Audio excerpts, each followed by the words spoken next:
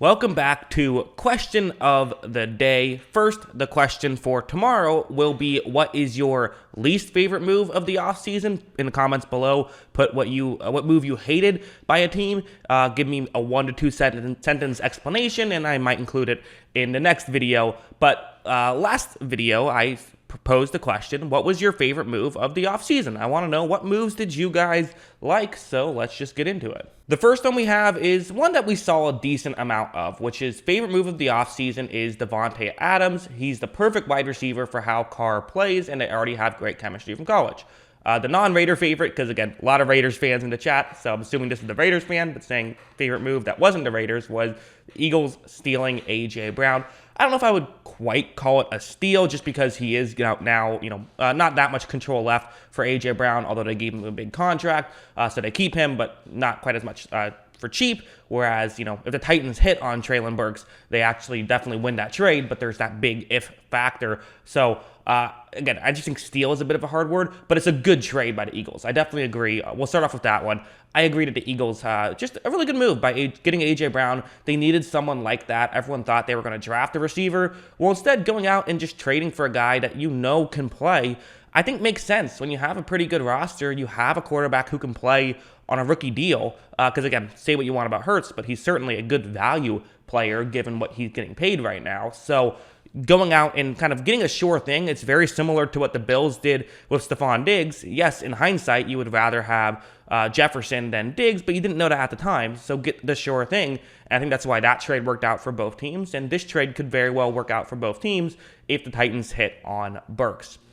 As for DeVante Adams, it's just one of those things where it's like, it's hard to imagine you getting DeVante Adams and regretting that trade, right? The only way that could really happen is if Adams falls off a cliff. When you pair on the fact that the Raiders have really struggled at drafting in the first round in the Carr era, outside of when Carr got drafted, they got Khalil Mack that draft, but that was after he got drafted, because, Carr got drafted in the second round there. I think that if especially the past few years, listen, it's a new GM, it's a new regime. I don't know if I could really hold it against them that they've, missed on picks, but the reality is getting someone who, again, it's a sure thing. You know what you're going to get. Receivers are so important. Getting maybe the best receiver in football, hard to imagine a scenario where that ends up being a bad move, so I agree with both. Next one, Lions trading up 20 picks to get Jamison Williams. The guy's a potential wide receiver 1 that was acquired without giving up too much draft capital. Yeah, I agree. Usually I would have been very much against this Lions move to go up to get a receiver, because one thing, receivers are a notoriously fluky position in the draft. That's part of why it's a good move, like I said, to trade draft capital to get a known quantity in a receiver, because there's a lot of bust in the wide receiver category in the first round. It's hard to predict. So you don't know. I love Jamison Williams. He was my wide receiver 1, but you just don't know. I would never feel that confident in a wide receiver evaluation. That being said, they didn't have to give up that much to get him, and they could really use a wide receiver 1. So because of that, I think I like it. They give up pretty much fair value, but typically when you trade up for a non-quarterback, you don't give up fair value. You give up way more than fair value, which is why trading up for a non-quarterback is almost always a bad idea. But this is kind of the exception because they didn't have to give up as much, which is why I actually kind of like it. And again, I like Williams a lot, so he was my wide receiver 1.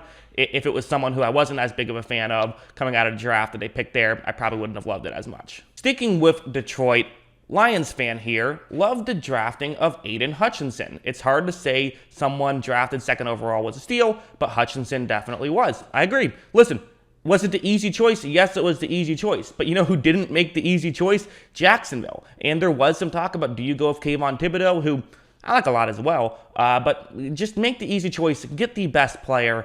I like it as well. I think the Lions, couple of good moves here. Next up, favorite move, Russell Wilson. That's one that got mentioned a couple of times. Absolutely, getting a star quarterback, it's just a great move. And apparently Wilson wanted to go to Denver. That made things easier because he had the no trade clause, which, if you're a hockey fan, no trade clauses typically mean you have to trade me to where I want to go, more so than you just can't get traded at all. But, that's kind of how that worked, and good move for the Broncos. But part of how that worked was because Denver wasn't, it was a place people wanted to go to. It was a place that Wilson wanted to go to.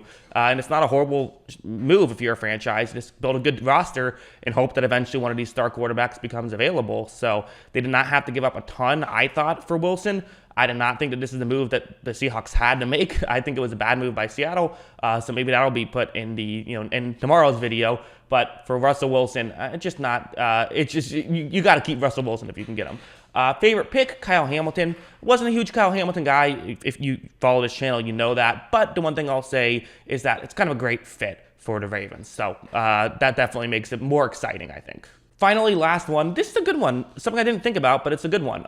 Best move of the offseason is Brady unretiring. If you think about it, in the context of what the Bucs were for 2 weeks without Brady, it's the biggest net value add in the league. Does it count as a move if someone else makes it for you? Question mark. And probably not, maybe, I don't know. But we'll allow it. I'll put it here because, yeah, it's the biggest change that happened this offseason. When Brady retired and then when he unretired, that was the biggest swing, his unretiring, out of any of these other moves. So I think it's a fair thing to put here because, yeah, that changes the landscape of the NFL in 2022. And who knows, maybe it's Tampa Bay who goes out and gets Russell Wilson or something if Brady, if they didn't think Brady was going to come back. And, no reason to believe that. But it would have been interesting to see what they did. So it could change multiple things. Could be a big domino effect. But yeah, I'll allow that. I think that's a good one. So yeah, that's today's video. Again, remember, get your thoughts in for what the worst move of the offseason was in the comments below. Move that hurt the franchise